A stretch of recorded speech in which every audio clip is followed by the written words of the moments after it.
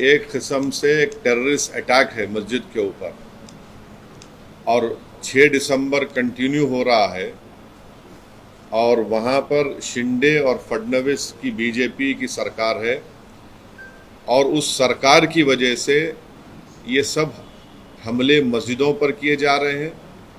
मस्जिद के अंदर घुसकर कुरान शरीफ की बेहुरमती की गई, मस्जिद के अंदर डिसिक्रेशन किया गया, मस्जिद के अंदर जलाया गए जानी नमाज़ों को।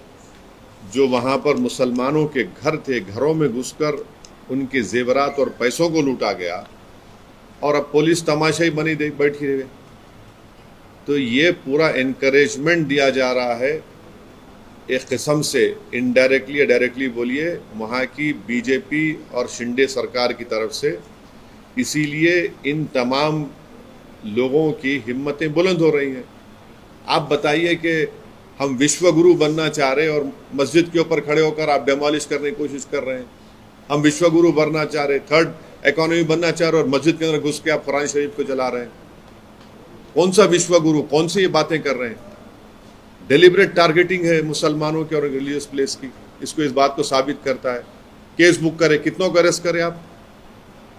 हर वक्त यहाँ पर पिछले 8 महीने से उठा के देख लो, महाराष्ट्र में मस्जिदों को टारगेट किया जा रहा है और वहाँ की सरकार कुछ नहीं कर रही है, खामोश तमाशे बने बैठी हुई है।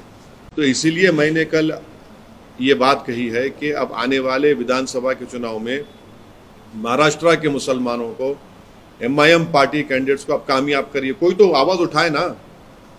वो जो पार्टीज बोल रहे थे मॉरल विक्ट्री, अब तो मुंह से निकल रहा भी नहीं इस हमले के बारे में उनके मुंह से।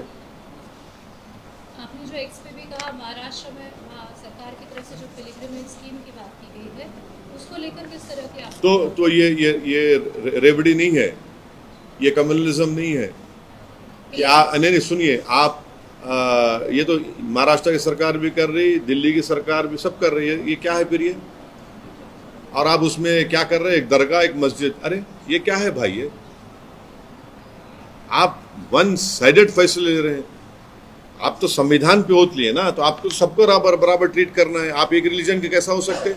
वहाँ की सरकार मेजॉरिटी पॉपुलेशन के हिसाब से, मेजॉरिटी पॉपुलेशन के हिसाब से नहीं है। सवाल ये है कि मेजॉरिटी माइनॉरिटी की आप जब बात करते हैं, वहाँ आपको सूट करता।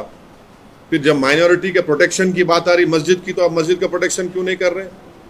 अगर वो मस्जिद पे हमला नहीं होता, किसी और की प्लेस, रिलीजियस प्लेस पे हमला होता, तो अब तक आप लोग क्या करते?